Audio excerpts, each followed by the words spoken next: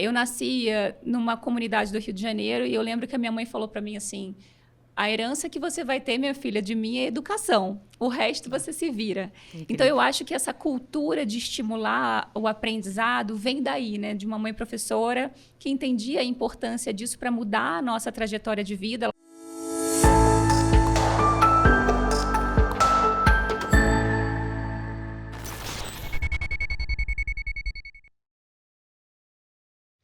Olá, pessoal. Eu sou a Patrícia Knebel e esse é mais um episódio do videocast Better Future, uma iniciativa do Jornal do Comércio. Hoje a minha convidada é a Cacau Lima, Head de Startups na AWS. Bem-vinda, Cacau. Muito obrigada pelo convite. Estou honrada de estar aqui. Comentei um pouquinho de que vi tantas pessoas importantes sentadas aqui conversando com você. Então, para mim é uma honra. Obrigada. Maravilha. Mais uma importante agora. Vamos lá, então. Muito obrigada pela tua participação. Sabe que a gente até estava comentando, eu estava lendo, né? Eu sempre pesquiso muito sobre as pessoas com as quais eu vou conversar e eu estava lendo e eu já achei incrível a tua formação, né? Múltipla, ou seja, não só uma diversidade na formação, mas também no aspecto multicultural, né? Então, assim, estudou artes, administração, fez extensão na Dinamarca, economia comportamental em Chicago, inovação em Tel Aviv e ESG em Barcelona. De que forma tu acredita que essa tua versão múltipla ali, ela colabora hoje e contribui para a tua jornada aí profissional? Nossa, é fundamental, especialmente nesse mundo de hoje, onde com a inteligência artificial generativa, a gente não sabe mais o que o futuro nos espera. Antes, a gente pensava em ciclos de formação de 30 anos, né? Eu vou estudar, daí eu vou fazer minha faculdade, dependendo da formação, uma residência, uma especialização, entro no mercado de trabalho, vou ser estagiário e tal, cumpro a minha carreira tradicional, me aposento, feliz. Hoje em dia, os ciclos se reduziram para cerca de 6 meses. A cada 6 meses, a gente vê, independente da profissão, a necessidade de aprendizado diferente. A gente estava falando agora da importância de se escrever prompts. Quando que a gente pensou que isso, saber fazer perguntas, seria uma habilidade, skill, né? uma habilidade importante.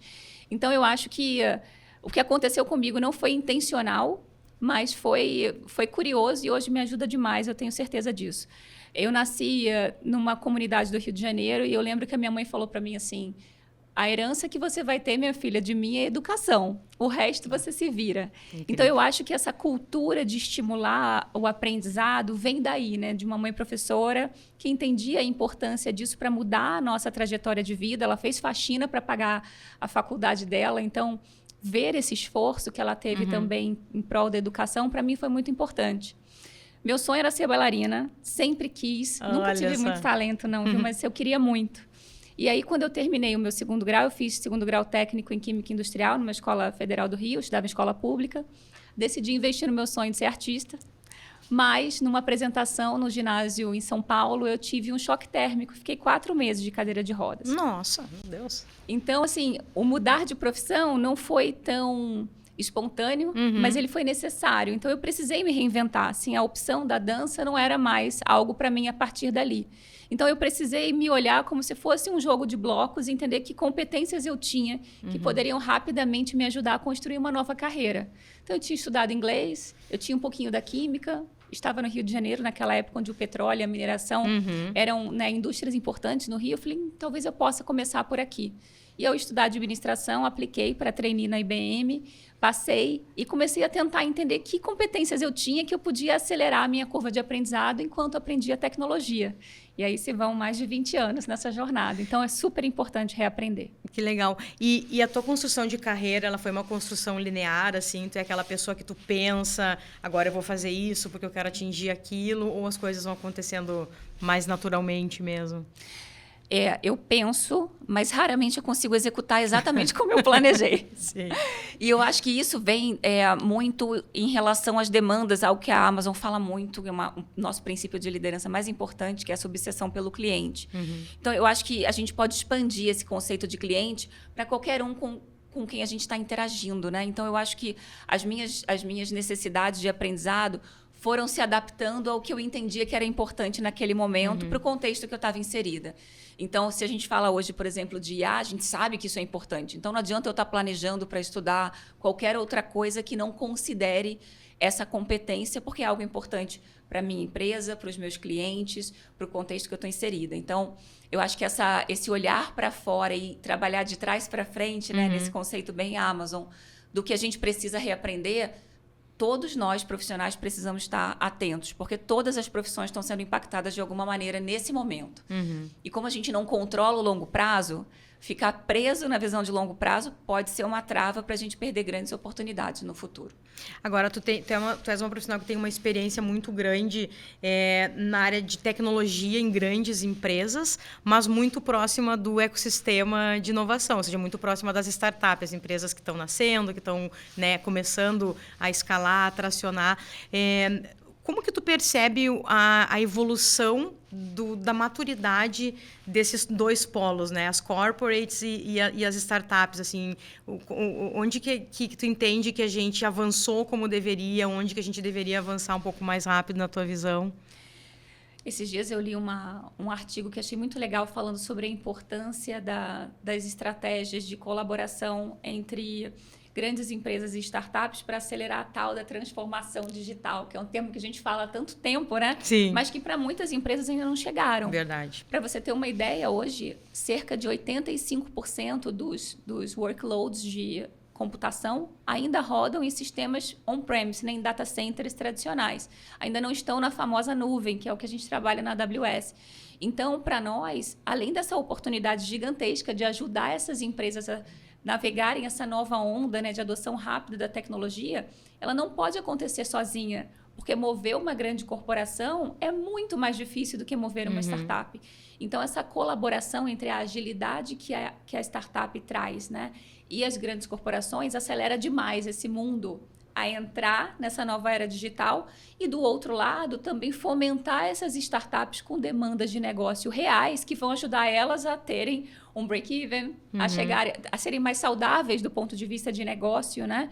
Então, para mim, ela é uma relação simbiótica.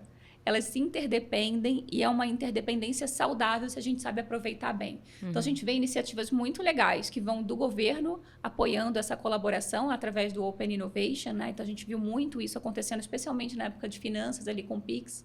E a gente também vê em grandes corporações que têm hoje suas próprias garagens que estimulam pitch de startup, que a gente vê competições bacanas acontecendo em torno de um desafio de negócio que talvez ela sozinha demoraria mais tempo e gastaria mais recursos para resolver. Então, para mim, assim, eu sou uma entusiasta dessa colaboração sempre que a gente pode. A gente tem um programa que a gente apresenta elas. Porque é muito legal quando a gente vê uma startup resolvendo um problema, você fala, peraí que eu conheço uma empresa que precisa disso. Sim. Então, essa apresentação que a gente faz dos dois mundos é muito bacana. E uma última que tem acontecido muito, de novo, por conta da inteligência artificial, é a colaboração com as universidades. Porque a academia, ela tem essa possibilidade de inovar lá no início, né? Às vezes, a gente, quando pega a startup, ela já está olhando uma demanda de negócio, uma oportunidade de resolver um problema do mundo, então ela já está mais amadurecida, mas o exercício e a formação profissional que vem da academia, para a gente é muito importante também. Então, a gente vê essa colaboração não sei se é um triângulo, né? Mas vou puxar ali o governo como um quadrado, né? Então, as universidades, o apoio público, as grandes corporações e as startups trabalhando para fazer essas tecnologias serem melhor adotadas. Maravilha. Para isso acontecer, para isso ser bem sucedido, né, para essas conexões serem bem sucedidas, pensando, por exemplo, nas grandes empresas e nas startups, a gente precisa quase que uma entenda a própria forma de pensar as visões, né, que são muito diferentes, né? São dois mundos completamente diferentes. As grandes empresas, elas funcionam num ritmo com um nível de burocracia que, por exemplo, uma startup não tem. Ao mesmo tempo, ela tem um mercado gigantesco para oferecer que a startup não tem. Então, assim, nesse sentido, tu percebe que hoje a gente vive um momento mais maduro de um entendimento de como essa conexão tem que acontecer para ela ser bem-sucedida? Eu acho que tem desafios, mas existe um respeito maior por essa diferença. E ela é bem-vinda, porque essa diferença é que chacoalha para os dois lados para buscar um equilíbrio maior. Porque é claro que a agilidade que a startup tem também traz instabilidades, né? A gente Sim. sabe que é um mercado que é muito volátil. Eu estou dependendo de investimentos, eu dependo de um amadurecimento do próprio mercado, eu dependo de competência técnica. Então, existem vários fatores que vão contribuir para o sucesso dessa startup. Então, quando a gente faz a entrega do nosso programa Activate, que fornece créditos para startups, e a gente já contribuiu com mais de 100 mil startups pelo mundo com esses créditos de infraestrutura de tecnologia para ajudar no desenvolvimento, a gente sabe que não é só isso. Então, para isso, a gente tem que conversar com os investidores, a gente precisa conversar com o time técnico, apoiar com o nosso time de arquitetos essas startups, a gente precisa olhar para o nosso time de desenvolvimento de negócio, que eventualmente vai rever um pitch, vai fazer a conexão com a área certa dessa grande corporação, para uma área que realmente entende, está aberta a colaborar num ambiente seguro para ambas as empresas, porque às vezes esse desafio para a grande corporação também é um desafio delicado de se resolver. Então, ele precisa ser colocado num ambiente seguro para ambas as partes. Então, essa colaboração, eu acho que ela está sendo mais respeitosa. A gente vê em grandes corporações intencionalmente abertas a abrir mão de alguns parâmetros que são mais, não sei se culturais, mas mais tradicionais, eu diria, para entender como eles podem se beneficiar mais rápido dessas tecnologias que estão chegando. E quando isso acontece, ai, é muito legal. Mas, e aí, imagino que tu já tem um olhar bem treinado, assim, né? Tu acabaste de falar que, às vezes, tu tá ali conversando com uma corporate ou com uma startup, tu já pensa, bah, aqui vai dar match, assim, né? Tu já consegue mais ou menos identificar o ponto crucial ali de conexão entre esses dois mundos. A gente olha muito mais na perspectiva das grandes demandas que o mundo tem priorizado, e com isso a gente consegue fazer uma boa curadoria dessas startups, e aí a gente não faz diretamente só, a gente tem o apoio de grandes organizações. O próprio Instituto Caldeira é um que a gente trabalha sempre tentando entender o que está fazendo, o que está priorizando, que ideias estão vindo dali, como a gente pode ajudar, e outras que nos ajudam a priorizar essas demandas. Então, eu entendo para onde esse mercado está priorizando essas demandas, quais são as grandes linhas, né, de teses ou teses que eles estão investindo, e a partir daí a gente faz esse trabalho de buscar a startup para tentar ajudá-la a se conectar de uma forma melhor. Mas não é um trabalho que a gente faz sozinho, porque como muda muito, né, o mercado está muito ativo. A gente viu, por exemplo, a gente falou do Pix, mas tem uma startup que é cliente nossa, que eu sou apaixonada pela ideia, que é a Magi ou Meg. Eles são um banco pelo WhatsApp. Então, você conseguir aproveitar a mídia que o brasileiro mais usa, né? A gente não sai do WhatsApp, todo mundo usa. Para conseguir facilitar o acesso ao banco, né? Pagamento de Pix e outros pagamentos, é uma ideia tão simples e tão legal que, independente de eu conectar eles com uma corporação, ou a gente ajudar a divulgar a ideia, ou ajudar eles com escalar, enfim, o que eles estiverem precisando no momento, já dá muito orgulho de olhar. Então, a gente, pela admiração que a gente tem aos founders e as ideias que eles trazem, a gente já fica como se fosse vendedor deles mesmos, né? Tentando buscar que formas a gente pode ajudar eles a crescer os negócios. Essa colaboração, essa cooperação é muito típica, assim, desse ambiente ali, dessas empresas, né? Nossa, muito legal. E eu fico pensando, assim, que na medida que vocês estão sempre muito próximos das empresas, quando elas estão nascendo, né? Quando elas estão começando a criar estrutura e começar a ganhar um pouquinho de tração através dos créditos, enfim, né? De nuvem, enfim. Vocês acabam vendo nascer grandes, né, empresas, que provavelmente muitas delas vão poder se tornar aí as grandes empresas que a gente tem no futuro, né? Como hoje a gente tem, sei lá, Banco do Brasil, Gerdau e tantas outras empresas aí, que são as empresas que são a força aí da nossa economia, né? Aí dá daquele orgulho quase maternal, né, de ver. Então, nós temos hoje os unicórnios brasileiros que começaram com a AWS lá atrás, muito pequenos, ainda desenvolvendo uma ideia, e continuam com a gente até hoje. Então, Nubank, C6, iFood, Hotmart, a antiga Gympass, né, agora o Wellhub. Então, são empresas que a gente tem muito orgulho de ter começado nessa jornada do investimento de créditos, e não só isso, né, mas apoiando, entendendo e acreditando nessa ideia, e ajudando e vendo hoje que elas continuam rodando com a gente, felizes, crescendo para fora do Brasil, né? Empresas que são referências mundiais hoje. Então, dá muito orgulho do nosso ecossistema empreendedor brasileiro, independente de ser startup. Sim. Do pequeno empresário ao grande, eu acho que existe essa beleza da gente ver o que é criar num ambiente que a gente sabe que tem uma instabilidade, que é um país em desenvolvimento. Mas eles conseguem ter uma capacidade de gerir o negócio como se eles estivessem em cima de uma cama elástica, né? Você fica ali com aquela instabilidade, mas acontece. Então, isso também faz do nosso empreendedor um empreendedor mais resiliente. Um empreendedor que consegue entender que ele vai passar numa crise de curto prazo, mas que lá na frente ele consegue recuperar o fôlego. Ele estica um pouquinho o runaway dele para tentar ver como pode melhorar. Ele consegue adaptar o negócio. Então, vi que tem isso aqui. Hoje a gente estava falando disso agora. Quantas startups já viraram startups de IA de um ano para o outro? Sim. Né? Então, a gente tem lá 12 mil no Brasil, mas quantas já viraram ou estão se adaptando a essa nova modalidade? Então, isso é muito rápido no Brasil. A gente não vê isso com muita facilidade em outros países. Então, acho muito legal. A gente sempre está acostumado a olhar para fora, né? Mas a gente tem um ecossistema bem especial aí, principalmente nesse momento aí mais maduro.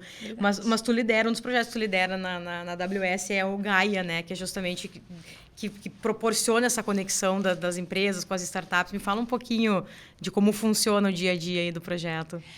Na área de startups, a gente tem alguns programas muito legais e a gente tem um time, chama-se Business Development, desenvolvimento de negócio, que eles são responsáveis por rodar esses programas junto com a gente.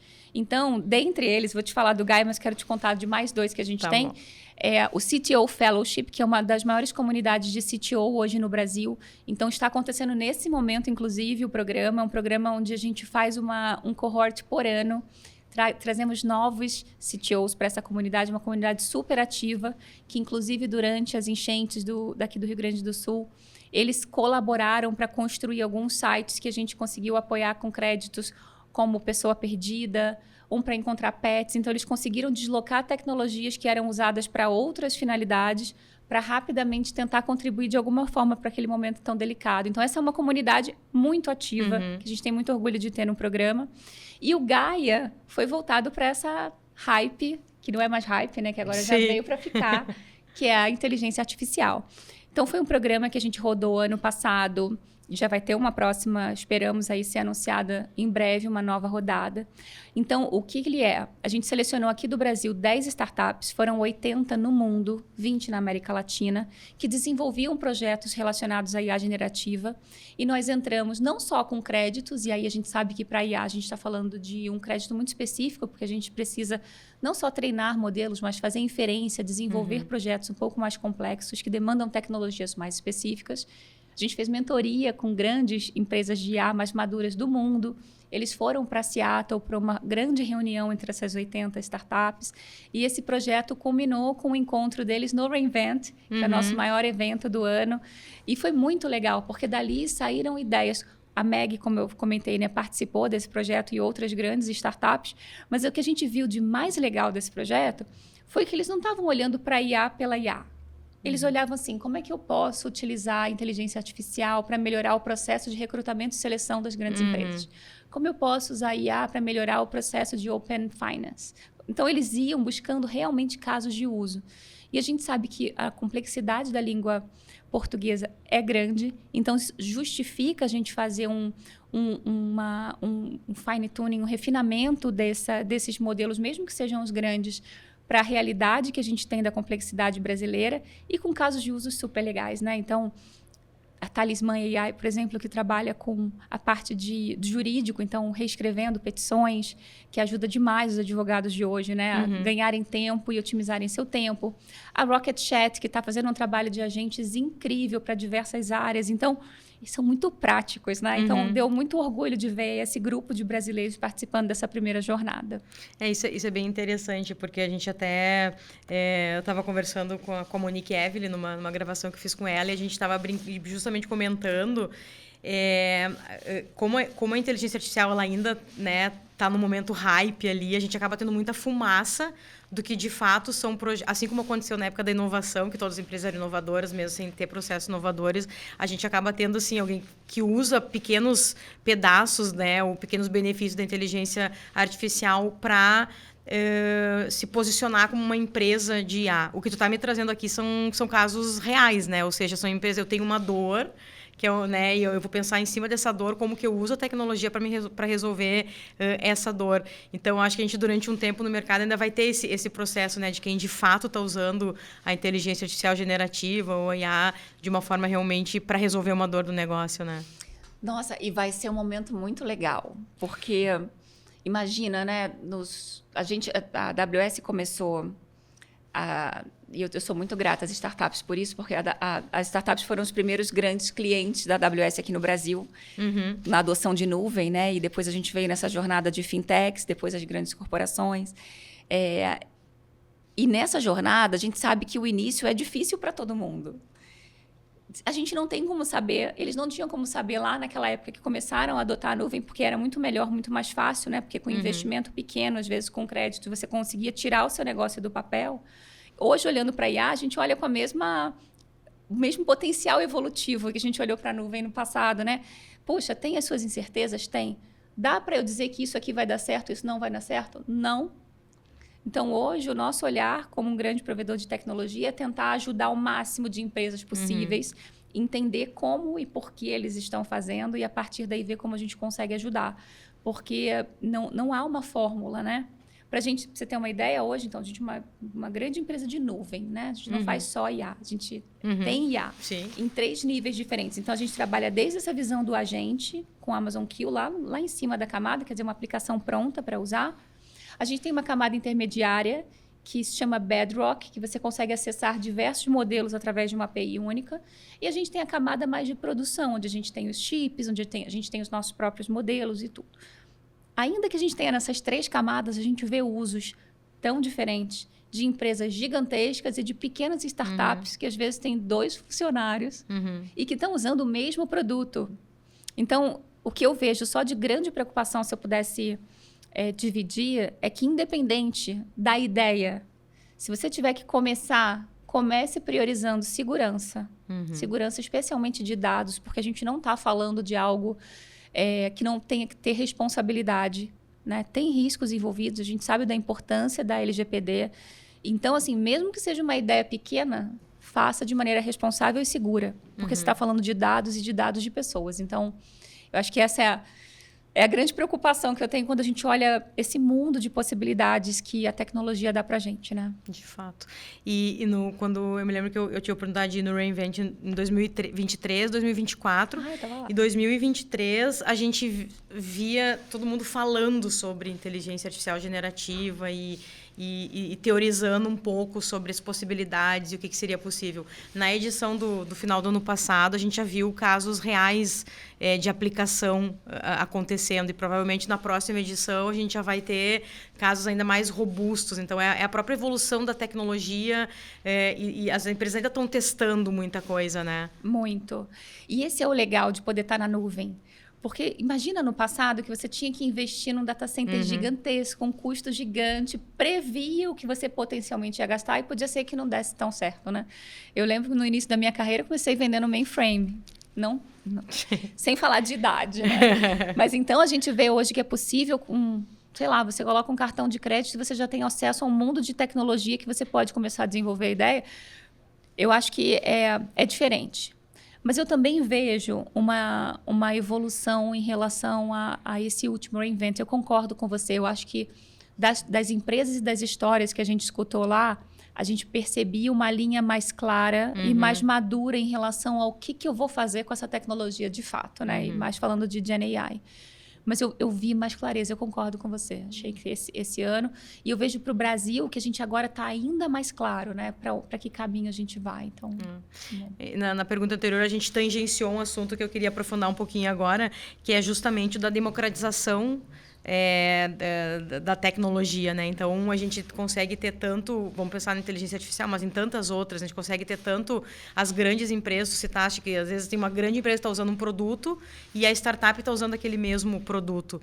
Então, eu acredito que o uso da IA, ela realmente ela vai possibilitar que mais gente, mais empresas pequenas, médias, startups, elas realmente façam parte desse jogo, mesmo considerando as empresas que não são de base tecnológica. Vamos pensar nas PMEs no Brasil, né, que consigam usufruir realmente desse novo mundo e ter uma presença digital mais forte através dessa tecnologia, né? Nossa, eu não tenho dúvida, eu acho que ele é um habilitador de negócios.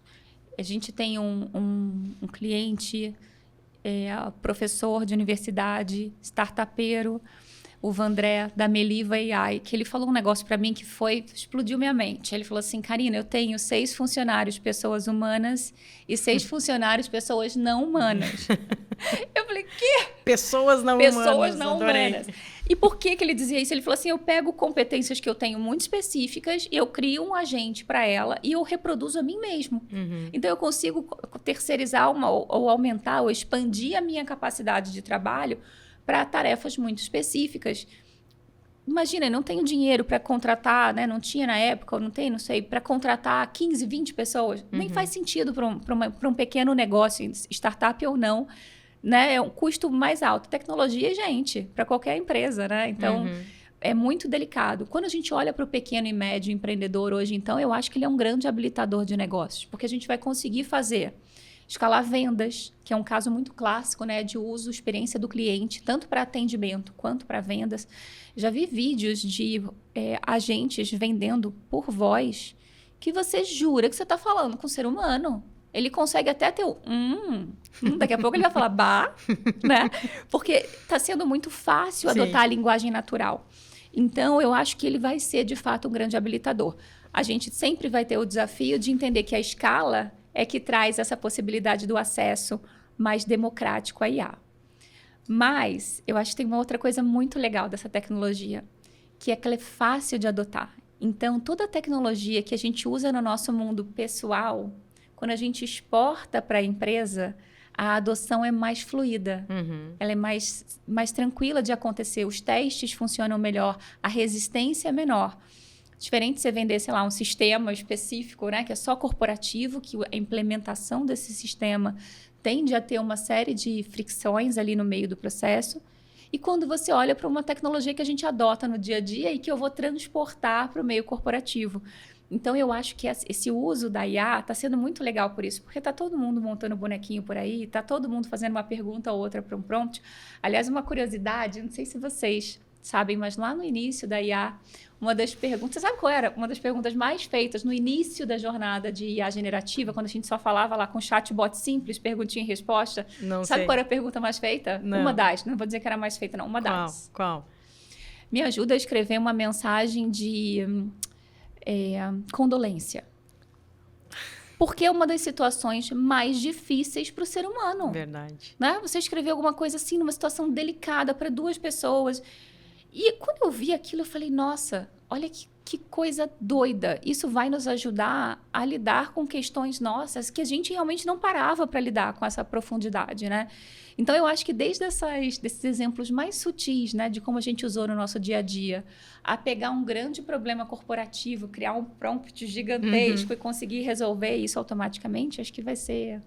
A gente vai ter uma jornada muito legal por aí. Qual que é o maior desafio hoje para essa adoção? É a questão cultural das empresas?